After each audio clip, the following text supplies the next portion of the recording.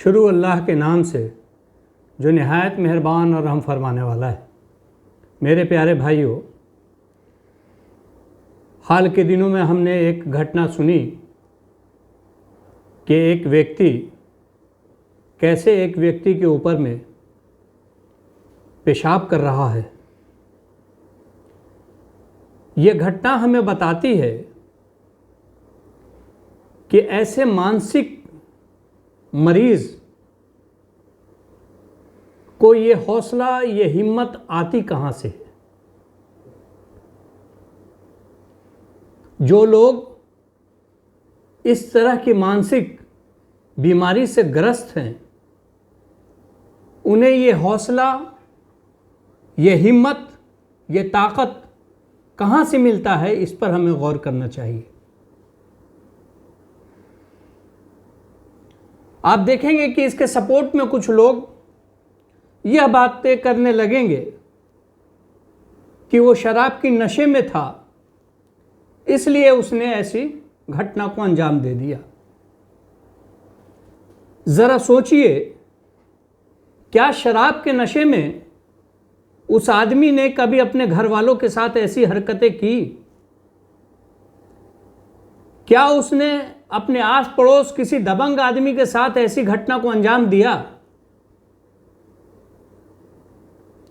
नशे की हालत में भी उसे यह समझ में आता है कि हमें किन लोगों के साथ ऐसा काम करना है।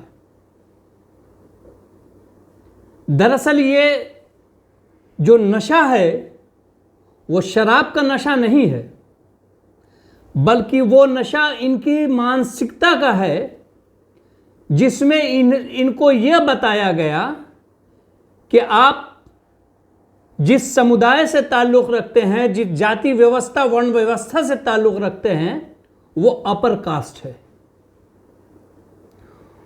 और आपके मातहत जो लोग हैं, उनके लिए उनकी जीवन, उनके मानव अधिकार या कुछ भी मायने नहीं रखते हैं, बल्कि उनको ईश्वर ने बनाया है इसीलिए है कि आप उनका शोषण कर सकते हैं, आप उनका इस्तेमाल कर सकते हैं चाहे जैसे।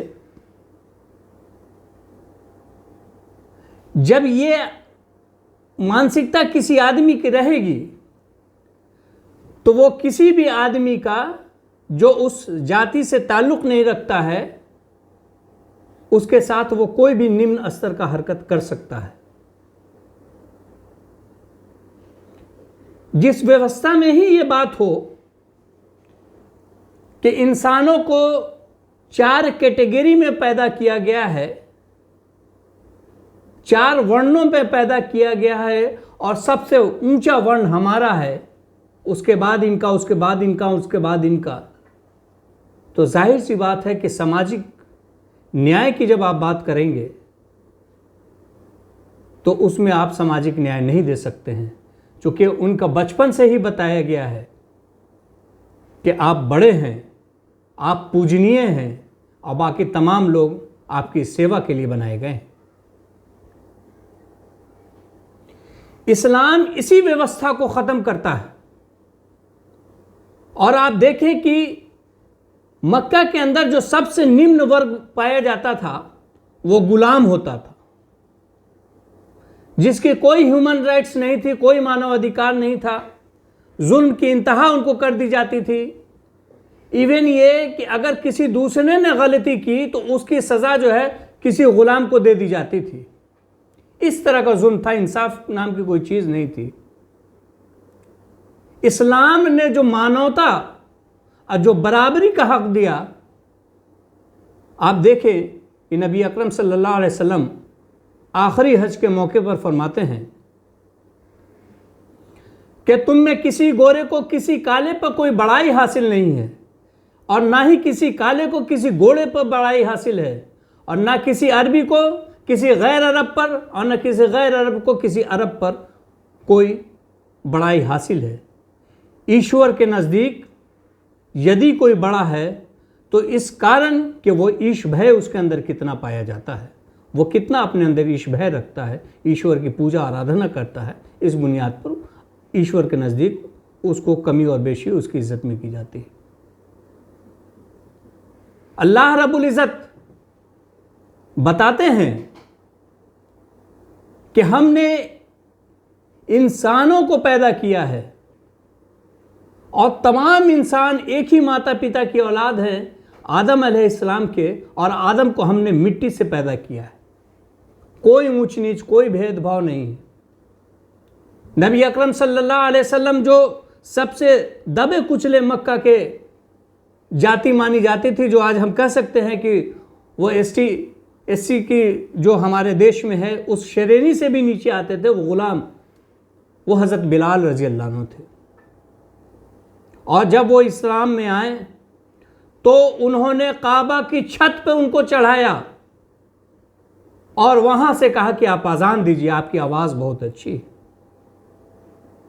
ये मर्तबा दिया और आप अपने दस्तरखान पे उन तमाम लोगों को बैठाते थे जो आपके अनुयायी थे, चाहे वो अरब के बड़े बड़े सरदारान हों या अरब का छोटा से छोटा गुलाम हो, उन सबों के साथ आप समान व्यवहार करते थे। दरअसल आज जिन हालात को हम देख रहे हैं, उन हालात में ये सिर्फ तकरीरें हैं कि इस्लाम ने क्या कहा, नबी अकरम सल्लल्लाहु अलैहि वसल्लम ने क्या किया, लेकिन आज ज़रूरत है कि मुसलमानों को वो अमल अपनी ज़िंदगी में लाना होगा। और हम जिन दलित भाइयों के साथ भेदभाव हमारे कुछ लोग करते हैं या उनके साथ वो रवैया अख्तियार नहीं करते, उनके साथ उन्हें गले नहीं लगाते, उन्हें अपने दस्तरखानों पर नहीं बैठाते और ना ही उनके दस्तरखानों पर बैठने की हम हिम्मत करते हैं, दरअसल इस मानसिकता को हमें छोड़ना होगा। और इस्लाम की ये बात कि समानता का अधिकार इस्लाम देता है और किसी में भेदभाव नहीं करता है, न लिंग की बुनियाद पर, न आर्थिक स्थिति की बुनियाद पर और न ही जाति और वर्ण व्यवस्था की बुनियाद पर। तो इसे हमें अपनी ज़िंदगी में अपनाना होगा और उन तमाम लोगों के साथ एक समान तरीके से अपनी ज़िंदगी गुजारनी पड़ेगी, बिना भेदभाव किए, बिना ऊंच नीच की फीलिंग रखे हुए। उन भाइयों को आप ज़रा गौर कीजिए कि क्या बीत रही होगी, उस परिवार पर क्या बीत रही होगी जिसके साथ ये घटना घटी। और कुछ लोग उसका पैर धो रहे हैं, उसके आप समझे कि जिन चीज़ों पर उसको तकलीफ़ हुई है वो चाहते हैं कि इस तरह के करके हम कुछ पॉलिटिकल गेन हासिल कर लेंगे, फ़ायदा हासिल कर लेंगे। लेकिन दिल में क्या उनकी वो इज्जत है? ठीक है, पैर धो रहे हैं, लेकिन दिल में वो इज्जत, वो सम्मान नहीं है। क्योंकि अगर दिल में वो इज्जत, वो सम्मान होगा तो आप शासन व्यवस्था में हैं, आपके यहां ऐसी मानसिकता डेवलप कैसे की, उसको खत्म किया जा सकता था। और आज सरकार को यह काम करनी होगी कि सिर्फ कानून बना लेने से इस समस्या का समाधान नहीं होने वाला है, बल्कि लोगों को अवेयर करना पड़ेगा, लोगों को ऊंच नीच के खिलाफ उनके जहन को तैयार करना पड़ेगा और बताना पड़ेगा कि तमाम इंसान बराबर है, किसी पर किसी को कोई बड़ाई हासिल नहीं है, सारे के सारे राइट्स उन्हें भी हैं जो तुमको दिए गए हैं।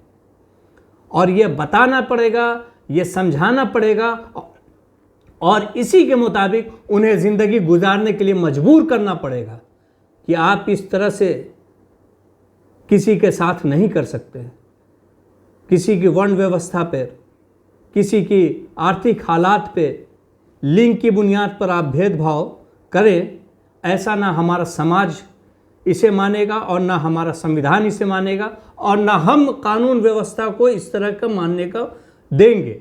और यदि कोई ऐसा करेगा तो कानून के हिसाब से सख्त कार्रवाई बिना भेदभाव के की जाएगी। और हम अपने दायित्वों का भी हमें अपना निर्वाह करना पड़ेगा कि हम भी अगर ऐसा कोई जुल्म होता है तो उसके खिलाफ आवाज़ उठाएं और हम भी उनको बराबरी का दर्जा दें और उनको गले लगाएं और उन्हें अपने दस्तखानों पर बैठाएं और उनके साथ दस्तखान पर बैठें। व आखिर दावाना अनिल हम्दुलिल्लाहि रब्बिल आलमीन।